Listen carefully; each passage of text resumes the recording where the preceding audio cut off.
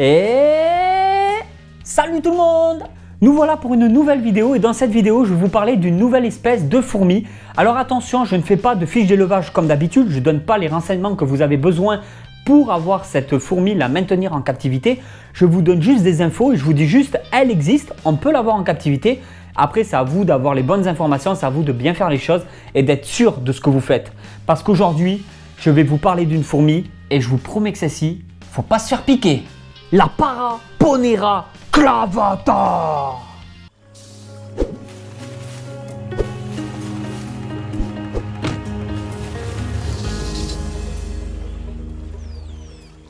C'est une espèce qui est considérée comme de la famille des ponérines. C'est une ponérine. Paraponera, c'est une ponérine tout simplement. Ce sont des fourmis. Alors moi j'appelle ça, je ne sais pas si on le dit toujours, mais à l'époque c'est comme ça que je disais moi. J'appelle ça des fourmis primitifs, tout simplement. Parmi les fourmis primitifs, on a aussi l'Odontomachus que j'ai eu dans mon élevage. J'ai déjà eu des variétés d'Odontomachus. Je vous en parlerai dans une prochaine vidéo. Sur celle-ci, on va vraiment parler de la Paraponera clavata, qu'on appelle aussi la fourmi balle de fusil. Et vous allez vite comprendre pourquoi. Comme toute fourmi primitive, elle est beaucoup plus évoluée que nos fourmis qu'on retrouve dans les élevages habituellement, comme les Lasius, comme les Formica, comme les Camponotus, etc. Les ponérines, elles, comme ce sont des fourmis primitives, elles ont généralement du venin. Oui, c'est du venin. Alors c'est une fourmi qui est très évoluée, hein, comme je vous l'ai dit, c'est une très bonne chasseuse qui n'hésite pas à se servir de son dard et de piquer si elle en a vraiment besoin. Comme je vous l'ai dit, apparemment, moi je ne l'ai pas testé personnellement, la douleur à la piqûre, c'est semblable à une balle de revolver. On l'appelle aussi la fourmi 24 heures.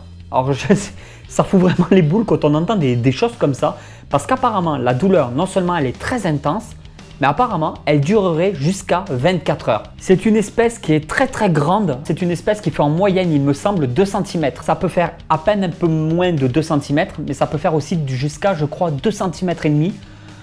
3 cm, je ne sais pas vraiment, mais au moins 2 cm et demi. Comme je vous l'ai dit, j'ai pas fait...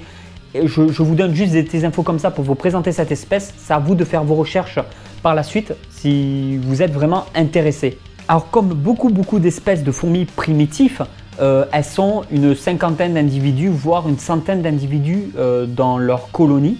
Malgré qu'elles ne soient pas nombreuses, elles sont très agressives, surtout dans leur milieu naturel. Elles n'hésitent pas à se défendre et ce sont, comme je vous l'avais dit, de très bonnes chasseuses. La piqûre est vraiment très douloureuse et en plus de ça, elle est instantanée. À partir du moment qu'elle vous pique avec son dard, le venin réagit de suite avec votre métabolisme, ce qui fait que, comme je vous l'avais dit, ce n'est pas mortel pour l'homme, mais la douleur est insoutenable, vraiment une douleur insupportable. Ce venin-là, on appelle ça de la ponératoxine et c'est un venin qui est dit, il me semble, neurotoxique. Suivant la partie du corps, ça varie entre 5 heures, 6 heures, 7 heures, mais ça peut aller jusqu'à 24 heures. Mais bon, la douleur est vraiment intense au moment même de la piqûre et plus ça va dans les heures et plus elle s'estompe. Certaines populations indigènes, donc amazoniens, au niveau du Brésil, de Guyane française aussi. Au niveau des populations, nous sommes sur les Wayana, les Wayapi, les Albalais, les Satere Mawe ou quelque chose comme ça. Là vraiment, niveau prononciation, je suis en train de tout bouffer là. Ah, elles utilisent ces fourmis-là pour le passage de rythme au niveau de la puberté. Je sais pas trop en fait si c'est parce que c'est la puberté qui arrive qui fait qu'on passe par ce rythme-là ou si c'est pour le passage de l'enfant au stade adulte, donc à l'homme, qu'ils utilisent ce rythme. Alors il y a quelques filles, mais c'est surtout les garçons qui sont concernés par ça là-bas. Ils font comme des gants qui sont tracés en maille et en fait ils bloquent les fourmis à l'intérieur avec les aiguillons venimeux à l'intérieur de chaque gant. Et en fait l'objectif c'est de mettre ses mains dans les gants. C'est pas forcément le but de rester longtemps dedans, c'est d'avoir mis les mains. On se fait piquer immédiatement par des dizaines de Paraponera. Ce qui fait qu'en fin de compte, la douleur est de suite intense. Et là, ça veut dire qu'on a fait le passage. Et en fin de compte, l'objectif, c'est que l'initié doit contrôler la douleur. Il doit montrer qu'il est capable d'assumer cette douleur de la façon la plus stoïque possible. C'est aussi un moyen d'affirmer son courage. Source Wikipédia.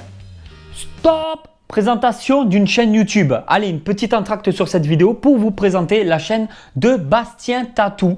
C'est une chaîne YouTube que j'adore actuellement, que je suis tombé totalement par hasard sur YouTube. Je cherchais même pas de chaîne là-dessus, quoi. Et en fait, lui, c'est pas compliqué. Il vous explique tout ce qu'il y a à savoir dans le milieu, le monde du tatouage. Il poste en moyenne, il me semble, à peu près une vidéo par semaine. Je vous invite à aller le voir. C'est un vidéaste qui va beaucoup, à mon avis, avancer sur YouTube, qui a plus ou moins le même nombre d'abonnés que moi. Je crois qu'il a quand même un peu plus d'abonnés que moi à l'heure où je sors cette vidéo. Il mérite vraiment de grimper encore beaucoup plus. Si vous pouvez aller le voir, si vous aimez les tatouages, si vous aimez un petit peu le monde du tatouage, il va vous apprendre des tas de choses sur les tatouages. J'en apprends systématiquement sur chaque vidéo, moi qui a des tatouages et que j'adore les tatouages. Vraiment, c'est une chaîne YouTube, je vous invite à aller le voir. C'est Bastien Tattoo. Allez le voir, dites-lui que vous venez de ma part, de Snake Reptile, et que vous lui faites un gros bisou sur la fesse droite. Allez, on reprend la seconde partie de la vidéo. Merci. C'est une espèce, oui, que j'aurais aimé beaucoup avoir. Alors, il faut savoir que les espèces dites, entre guillemets, venimeuses comme celle-ci, de toute façon, toutes les fourmis exotiques, qu'elles soient venimeuses ou non, je vous conseille une aire de chasse fermée obligatoirement. Faites très attention à ça, jouez pas trop là-dessus. En France, il n'y a pas de législation encore vraiment établie sur l'élevage de fourmis. Il n'y en a pas parce que c'est encore assez peu connu. Il n'y a pas eu de loi mise en place pour la plupart des espèces que l'on trouve en France ou en dehors du territoire français.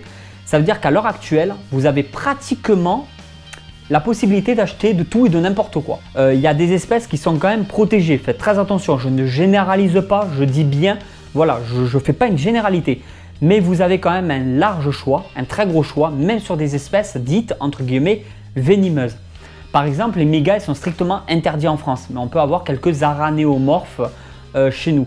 Là, chez les fourmis, on peut avoir à peu près de tout et n'importe quoi. Faites très attention à ça. C'est pas parce que vous avez le droit de posséder un animal que vous devez l'avoir absolument.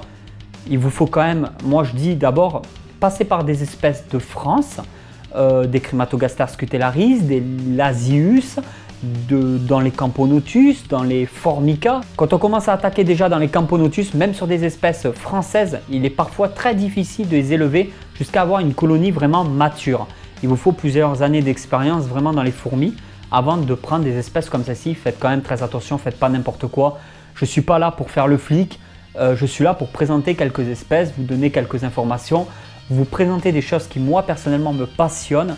Je ne prendrai pas une espèce comme ça en ayant des enfants chez moi, même avec une aire de chasse entièrement fermée, même si ça m'aurait beaucoup plu. Voilà, faites pas n'importe quoi de votre côté. Faites pas les malins en prenant des espèces comme ça. Imaginez une piqûre de Paraponera clavata sur un enfant de 3 ans. Non mais, sachant qu'apparemment ça serait une douleur insupportable, de l'échelle vraiment d'une balle qu'on se prend dans la gueule, vraiment faites très attention à ça. Et voilà tout le monde, j'espère que cette vidéo vous a plu. Si cette vidéo vous a plu, vous pouvez toujours la partager sur les réseaux sociaux. Je suis sur Facebook et je suis sur Twitter. Et moi, je vous dis à bientôt pour une nouvelle vidéo sur la chaîne YouTube Snake Reptile. Ça veut dire demain quoi. Demain pour 20 h. Allez tout le monde, ciao ciao.